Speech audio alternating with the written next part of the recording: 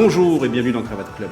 En entreprise, le changement est souvent un problème, surtout s'il est mal accompagné. C'est pourquoi nous parlons aujourd'hui de la conduite du changement avec Karim Tazi. Bonjour. Bonjour Thomas. Vous êtes aujourd'hui associé chez PwC Maroc, puisque votre cabinet, Optimum Conseil, vient de rejoindre ce grand réseau. C'est bien ça ? Effectivement, nous avons le plaisir de rejoindre le réseau PwC depuis quelques mois. Et donc, nous sommes aujourd'hui totalement intégrés dans l'équipe PwC. Alors vous, c'est la conduite du changement, votre spécialité depuis pas mal d'années. Et c'est aussi quand même un terme qui est pas mal galvaudé. Alors est-ce qu'on pourrait dire de quoi on parle exactement ? Effectivement, on entend parler de conduite du changement un peu partout. Et en fait, on a du mal à définir ce terme. Moi, j'ai tendance à le définir de manière extrêmement simple, extrêmement pragmatique. La conduite du changement consiste à faciliter la compréhension et l'appropriation d'un changement qui est initié par le management d'une entreprise auprès des collaborateurs. Donc quand je parle de changement, ça peut être une décision qui est prise, ça peut être un nouveau projet, ça peut être de nouveaux outils, ça peut être de nouveaux process. Et fondamentalement, tout l'enjeu d'une démarche de conduite du changement, c'est de faire en sorte que les collaborateurs s'approprient ce changement et le fassent leur. On peut donner des exemples. Quels sont les types de changements qui ont besoin d'être accompagnés en entreprise ? Ce que je dis souvent, c'est que ce n'est pas parce qu'on a pris une décision qu'elle va se mettre en œuvre dans la pratique.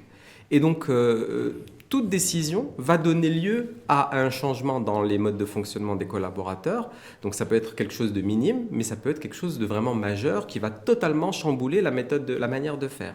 Donc, finalement, quand on conduit le changement, ça peut être simplement mettre en place de nouveaux processus ou de nouveaux modes opératoires, mais ça peut être quelque chose de beaucoup plus lourd, comme par exemple une fusion entre deux entreprises, où on doit apprendre à travailler avec d'autres collaborateurs, ou bien un nouveau système d'information qui va complètement chambouler la manière de traiter les transactions. Et tout cela, finalement, c'est du changement qui doit, d'une manière ou d'une autre, être conduit. Alors, on pourrait imaginer que du moment que le changement est décidé par les dirigeants, il va s'appliquer forcément. Et ce que vous nous expliquez, c'est que ça ne va pas de soi.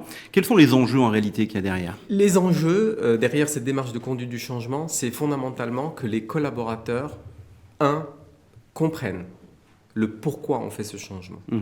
2, donnent leur avis ou participent à la construction de la solution qui va être mise en œuvre. Et 3, qu'ils s'approprient ces solutions et que leur manière d'exécuter en fait ces nouveaux modes de fonctionnement soit pérenne. Parce que fondamentalement, pour revenir à ce que vous disiez, si un dirigeant prend une décision et veut mettre en œuvre quelque chose, sous la contrainte, les collaborateurs peuvent la mettre en œuvre. Mais est-ce que ce sera un changement durable ? Est-ce que ça va tenir dans le temps ? Bien souvent, malheureusement, non. Alors quand vous dites qu'on peut les associer au changement, c'est-à-dire qu'on parle de management participatif, ou alors c'est juste prendre leur avis pour mieux adapter ce changement ? Eh bien, c'est les deux en réalité. Alors moi, je ne le vois pas du tout de manière réductrice. C'est-à-dire que pour moi, dans les méthodes qu'on essaye de développer, de conduite du changement, on vient corriger justement une perception qui est souvent un petit peu, à mon sens, limitée.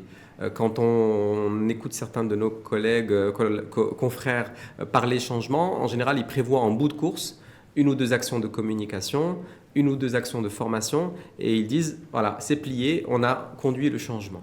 En réalité, dans nos méthodes, nous, on essaye d'embrasser le projet bien en amont. Et en fait, ça part du moment où on fait le diagnostic. Il s'agit d'écouter les collaborateurs parce que c'est souvent eux qui vivent ces difficultés.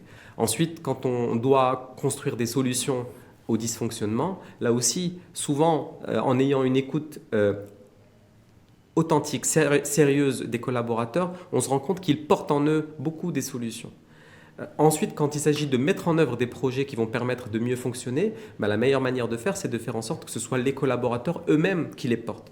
Et pas que ce soit quelqu'un d'exogène, comme un consultant, ce qu'on peut être, qui vienne, qui fasse et qui dise, voilà, c'est ça qu'il faut exécuter. Et enfin, une fois qu'on a conduit ces projets, là, on peut accompagner, on peut former, on peut communiquer.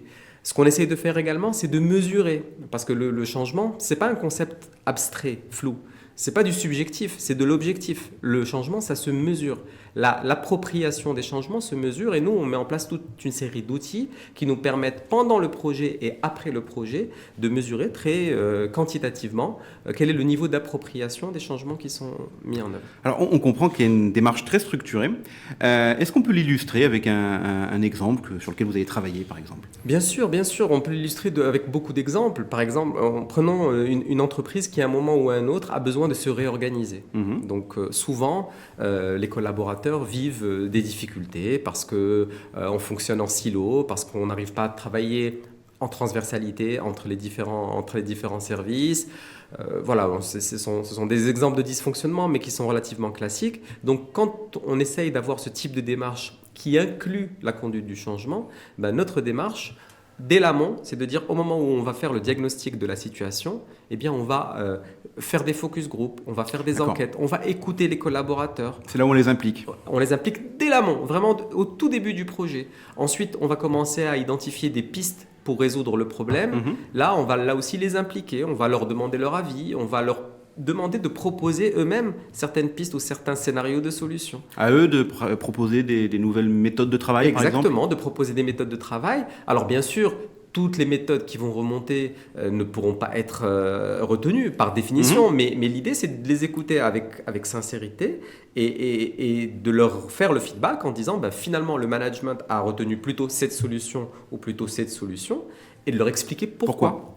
Et ensuite, une fois qu'on a choisi cette solution, là on va mettre en œuvre opérationnellement cette nouvelle manière de nous organiser. Là aussi, on va éviter d'être dans notre coin et de travailler avec le management dans un bureau pour produire les nouvelles manières de fonctionner, la nouvelle organisation. On va les impliquer avec nous et on va faire en sorte que la construction de l'entreprise réorganisée se fasse complètement avec eux. Et quand on fait ça, c'est assez simple à dire, bien sûr c'est beaucoup plus complexe à faire, mais quand on fait ça, on se rend compte que les collaborateurs s'approprient complètement ce changement. Et donc typiquement nous en tant que consultants, une fois qu'on part, eh bien, on peut revenir 1 an, 2 ans, 3 ans, 4 ans après, les collaborateurs se sont complètement appropriés cette nouvelle version de l'organisation de l'entreprise. Merci Karim Tazi.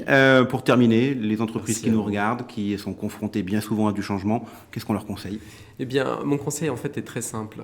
Souvent, on voit nos clients investir énormément d'énergie, de temps, d'argent dans la conception de projets et laisser assez peu d'énergie, de temps, d'argent pour la mise en œuvre de ces projets. Et fondamentalement, mon propos, c'est que je pense qu'un projet n'a d'intérêt que s'il est bien exécuté et donc s'il est bien approprié par les collaborateurs qui doivent le porter. Donc finalement, il faut bien anticiper cet effort dès qu'on amorce un nouveau projet. Exactement. Merci pour ce dernier conseil, Karim Tazi, et à très bientôt.